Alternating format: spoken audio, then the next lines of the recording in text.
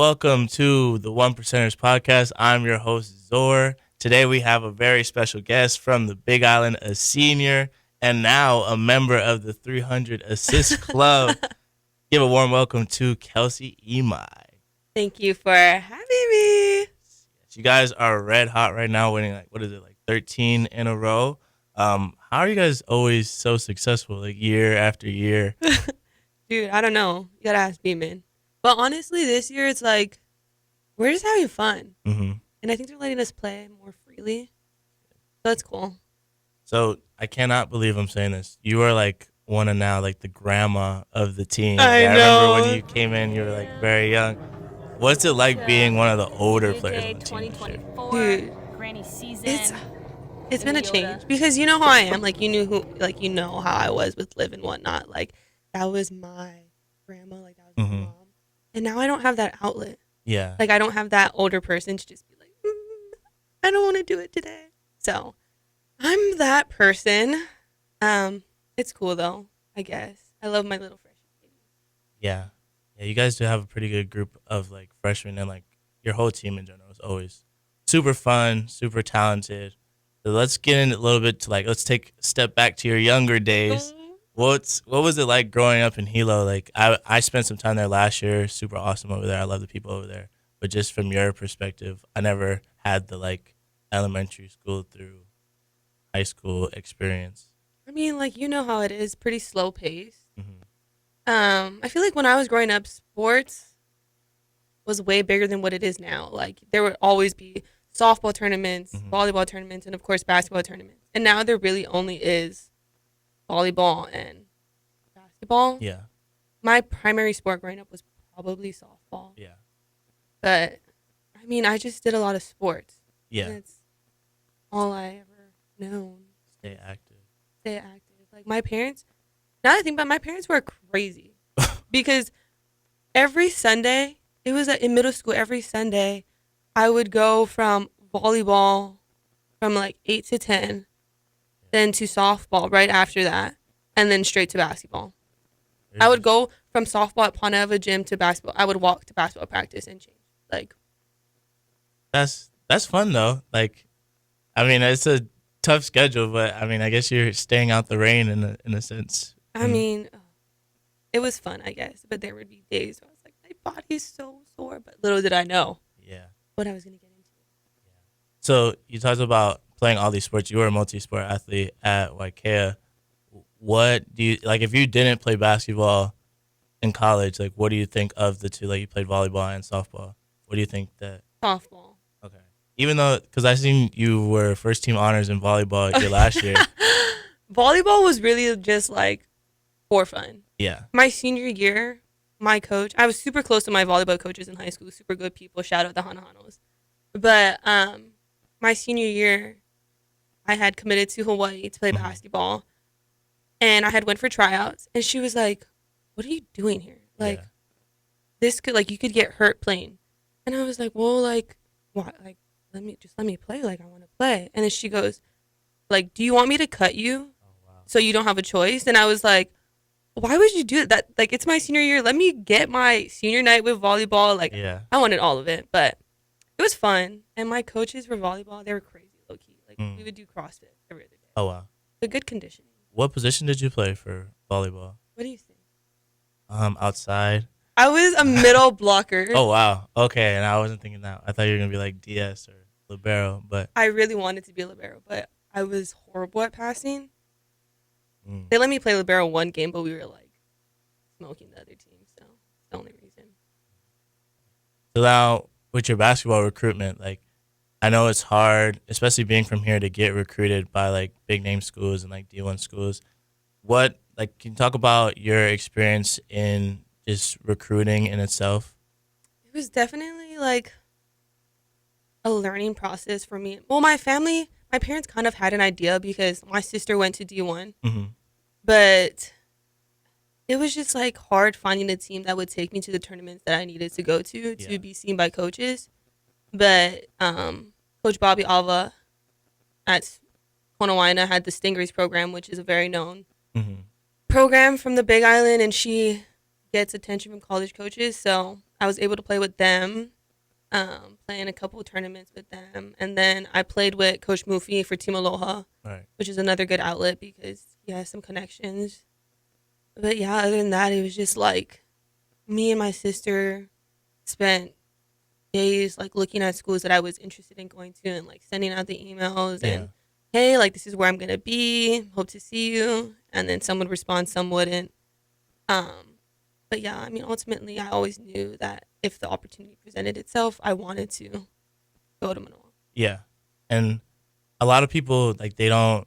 You were lucky enough to have to be able to stay at one school and just ride that out and be able to get recruited. Like a lot of people have to transfer. Like, did you ever think about transferring to maybe like somewhere in Vegas or Utah or like even transferring to Oahu? Cause like I know some girls from Hilo, like Pua, she's going to Marino now. Hmm. Did you ever think about that? And then hypothetically speaking, if you did have to transfer to Oahu school, what school would you go to? Um, there was my senior year. There was like conversations with my parents about if I should transfer, not for recruiting processes, but just kind of to have a successful senior season Mm-hmm. because that year Alika Smith came in to coach. Mm-hmm. Great guy, like love him. He did nothing wrong to me and whatnot. Always treated me well. But at the time I was just kind of like, I don't know how this is gonna go, like if Right. we're gonna get along. And my parents were like, oh, like maybe we should move you to Konawaina and like obviously I already had played for Coach Yeah. Bobby, so that was an option. And then there was talk about me possibly coming to Oahu Yeah. to play, and I think I probably would have ended up at Maryland Wow. Oh, just because I know Coach Chico, okay. so that was probably like the easiest route. Cool. So you yesterday you were at the Mufi tournament and you were able to be around like a bunch of high school girls that are kind of have aspirations to do what you have been able to do these past 4, 5, maybe fifth year. This is my fifth Yeah. year.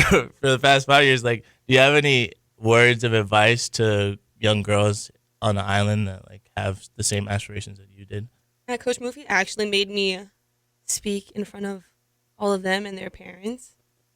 And I always say the same thing is just kind of like work hard, Mm-hmm. do good in school. Yeah. And my biggest thing is always to be respectful and just because you don't know, you know what I mean? Like if you're rude to an adult, you don't know what connections they have and like how that can affect you later in life. And if you're respectful and you have a good bond, like that can really help you. Like for instance, me and Coach Mufi, like that's really my boy. Like, that's my homie for real. Nah, I'm just playing. But I've always respected him. So he always is like, I love you. Like, you're my Team Aloha poster child because you're just a good kid. And Yeah. whenever you need a job, like, you let me know. We'll figure it out. So, Awesome. So you go from competing in high school to now you're in college and you get the greatness of being in your first year in college being a COVID year. Like, what was that experience? I know COVID was very different compared to how it is now. Like, what was that like? What was your welcome to college moment? okay. My welcome, there are so many.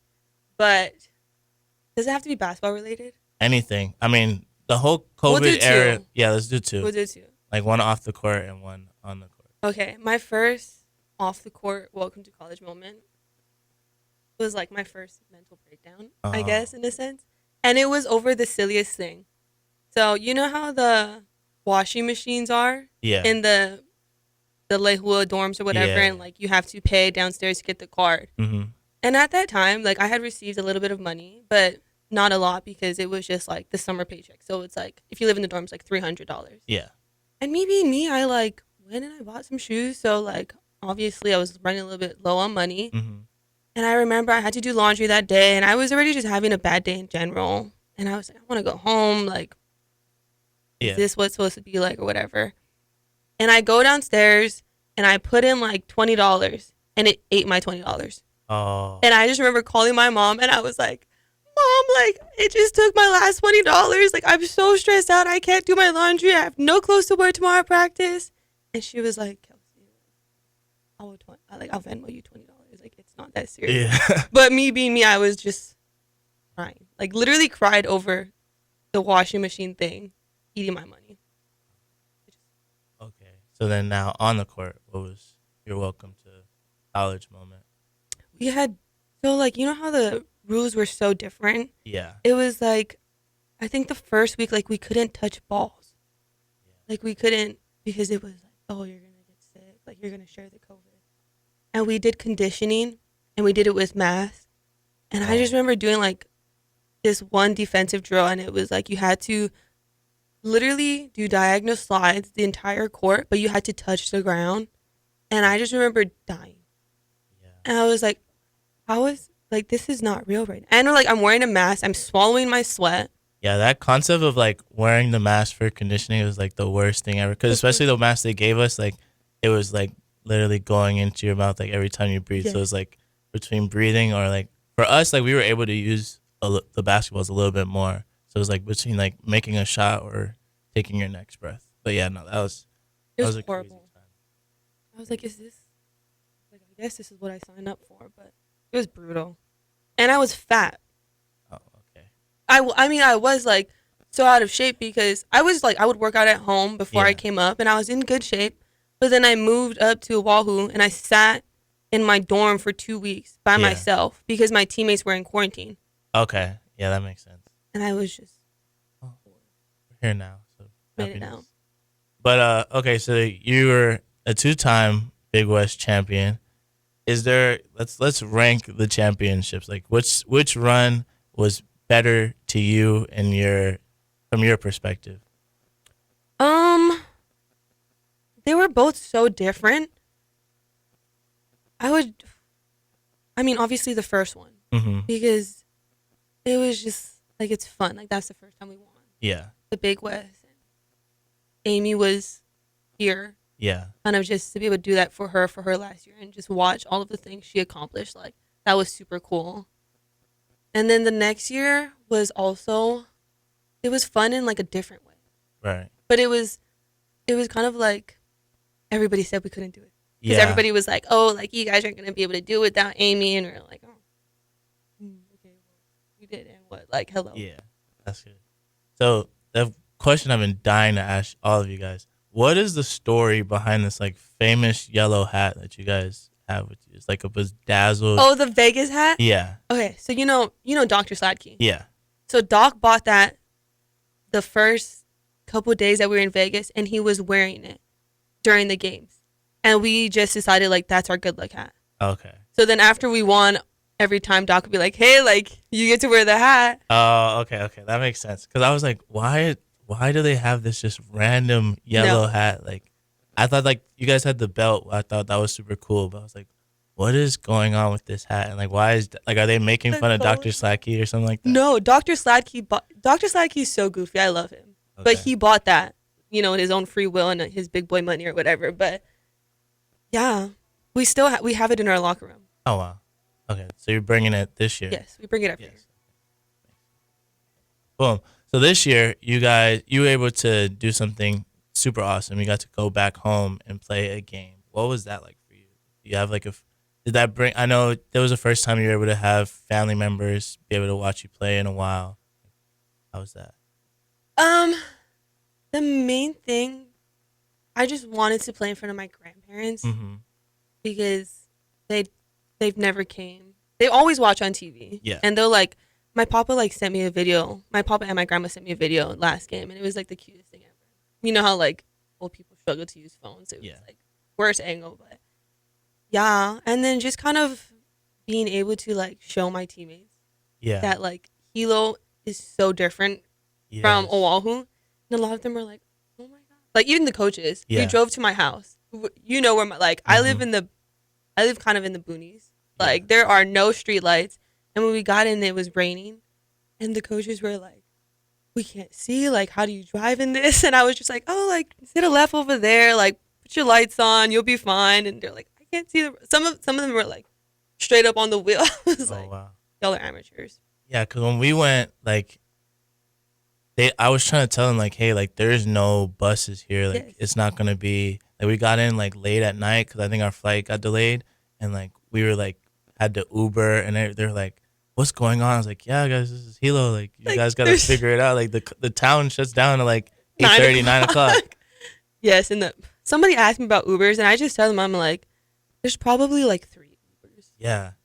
So it's Because when I went there last year, like, it was like a total, well, not really a culture shock. Like, I kind of knew what I was getting myself into, but like, even small things like going to the airport for games, like, we would have to just Uber there. Like, it wasn't like a team bus or like a team shuttle. It was just like yeah, everybody kind of works together, which is awesome. I really like that part. yeah, small town. But I think it was also like a culture shock for my team. I remember they're like, if we're hungry, like, can we Uber eat something? And I was like, you got 3 options. You got Jack in the Box, Yes. Pandas, McDonald's. McDonald's, Taco Bell. Yeah. But that's even And if that like one little hub right next to Paneva. yes. I mean, did you Uber eat stuff when you were there? Yeah, I would Uber Eats from like Panda Express, but like it would be like in the middle of the day. Like at night, I would always go to like McDonald's and like Jack in the Box or Taco Bell. But like, Options are limited. yeah, and it's all like drive through and the line is super long. Or Yeah. like even the inside closes, which is like crazy to me. Yeah, like the inside closes at like 8:30. Yeah. Targets are outing. So last season, obviously, it didn't go the way that you guys wanted it to. But it seems like this year you guys are like all business. You guys are 1-13 in a row. First of all, did you like the new format of the Big West tournament where you guys had like the 2 buys? Well, last year it was just tough because we ended on the road. Mm-hmm. So we sat for like a week before we played, and I think we all just kind of were like, oh, like just kind of got restless. Yeah. So I think that messed us up. But Oh yeah, because you guys normally are able.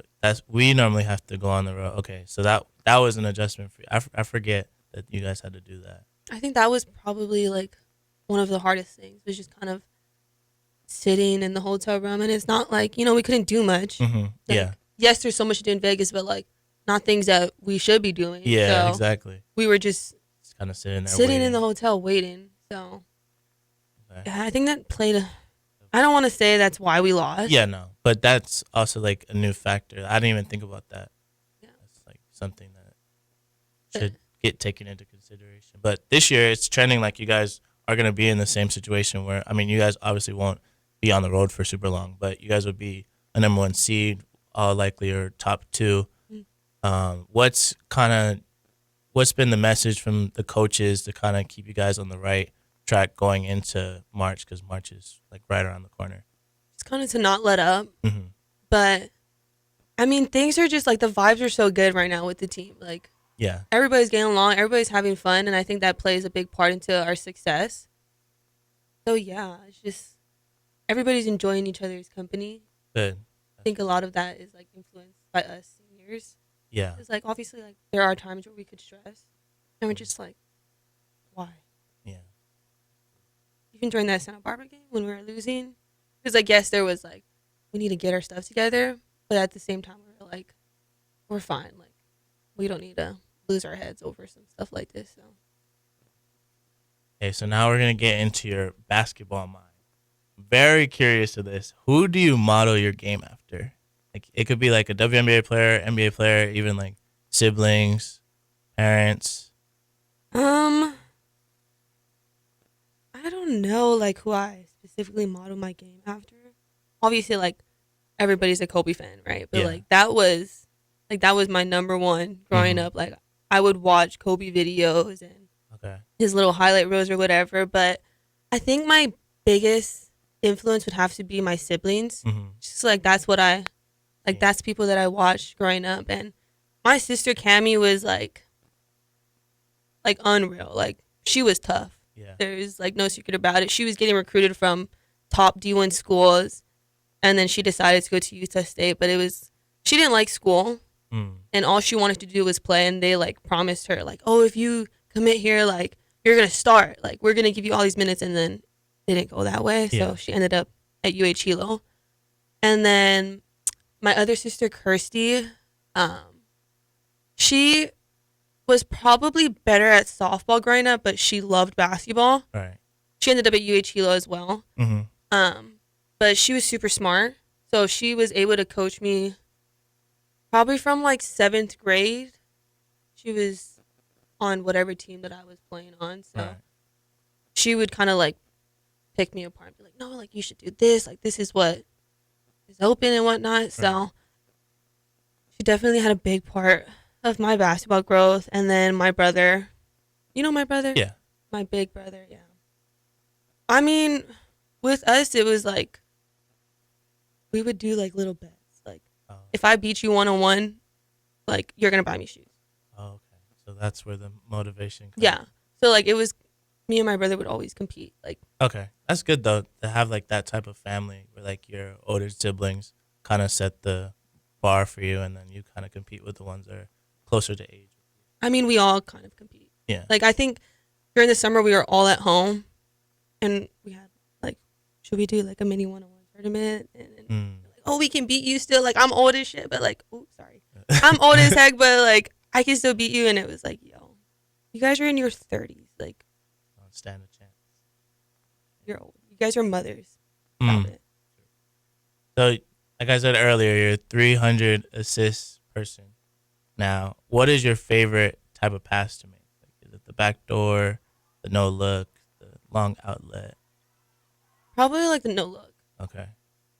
Yeah. because like I feel like everybody expects me to just like go up with it, and then I just like will drop it off to one of the bigs. And they're Mm-hmm. like, "Ooh, Got him. got you. Like you thought I was gonna shoot it? No, Okay. my 6'5" post player is gonna shoot it in your face. And I'm like, And then why do you wear number one? That's been like your number since I can remember. so I was actually growing up, probably up until like 7th grade. I always was number 22 or number 12, which Mhm. was my sister's numbers Yeah. for every sport. And then I was playing in this tournament, and like, you know, we didn't have fancy jerseys. It's kind of like you get to use this and then like return or whatever. Mm-hmm. And I had number 12. And then there was a girl that joined the team, but she was smaller than me. And she needed my size. And they're like, oh, like you can size up one, like take this jersey. And it was number 1. Okay. And then ever since that, I was like, oh, like it's cool. Like I'm actually my own person, because I was always like, oh, like Cammy's little sister, Kersey's little sister, like Yeah. we're in the same number, all of that stuff. And then somebody gave me number 1, and it was just like, New okay, like identity. yeah, like I'm my own person. And then from there on, every sport, if I could, I was number 1. Hmm. That's interesting. I did not know that, but that's like a good story. Because I used to be like that too. Like my brother, we had like I wore the same number as him all the time, and then all of a sudden I just got 20, and it kind of looks like ZO, so I just kind of rock with that. But Yeah. cool. And there was like another. I was playing for some. I don't even know. Like I guess you could say a club. Mm-hmm. Not even playing like a tryout. I guess they like invited me to practice. And I remember like I told my parents I didn't want to play after this specific statement. The coach was like, "Oh, like you think you're gonna get things handed to you because of your sister?" Like, Mm-hmm. and I was like, Yeah. No thanks. and I'm just not that type of person. Like Exactly. I'm gonna go out, like give my best. Like I don't care. Like of course, I don't care who my sister is. Like you don't have to give me freebies because Mm-hmm. I have this successful sibling. Like Yeah. life's not like that. So Exactly. Okay, so last segment we're gonna do is called fun stuff with the name last time. So, first of all, you probably have like every year you have like the best shoe game on the team, hands down. What is your favorite pair of shoe that you've hooped in? my favorite pair is, I think they're Dame 6. Mm-hmm. My rainbow ones. It's Okay. like white on the outside, rainbow. I am on my 3rd pair of that Okay. specific. My 4th pair. And they all have the rainbow on it. Like, I have, where do you go to design them? bro. I just get them off Go. Oh, okay. Yeah, but I had 4. I had 4 of them technically. So I had the first year we were Adidas. I picked up one of those. Mm-hmm. Loved it. Felt good on my feet. Then the second year, I was like, oh, maybe I want a green one. So I got a green one, Yeah. which was cool. And then last year, I bought another rainbow one, and it broke. Now we're gonna do the big 3. What are your best 3 shows ever?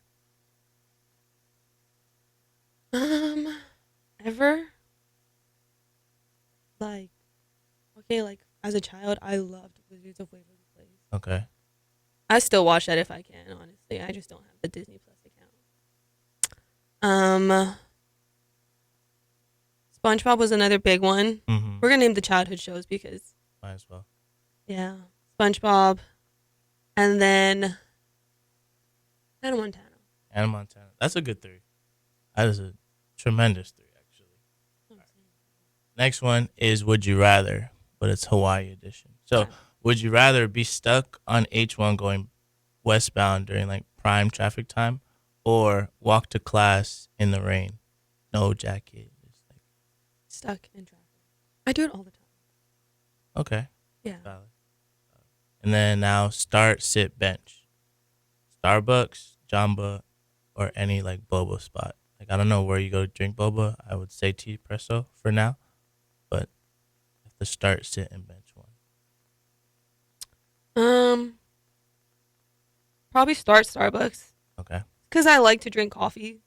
Starbucks probably isn't my favorite coffee spot, but I need my coffee, so start Starbucks.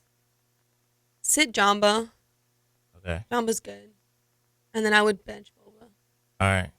Boom. And then the last one we're gonna do is top 5 draft picks. So you're gonna draft 5 local foods in order, like your number 1 pick, your number 2, and then at the end you're gonna give me an unpopular opinion on like what's the worst local food ever. Okay. Does it have to? Can I do here and home? Yeah. Anywhere. Okay. Ooh. Number 1.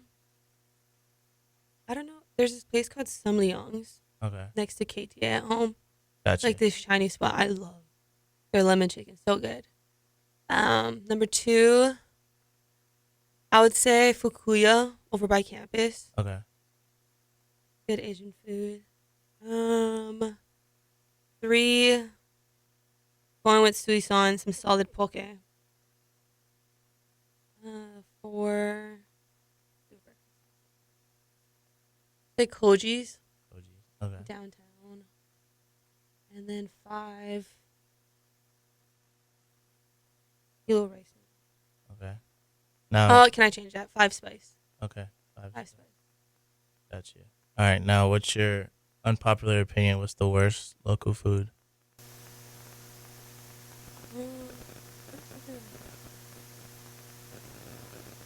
I don't. Okay. I low-key had a feeling you were gonna say that. I don't know why. I just don't like tomatoes in general. Yeah. And I don't know. Maybe it's the smell. Yeah. Okay. Valid. Very valid. All right. Well, that's all we have for today's show. Thank you so much, Kelsie, for being on. And we will see you guys next week.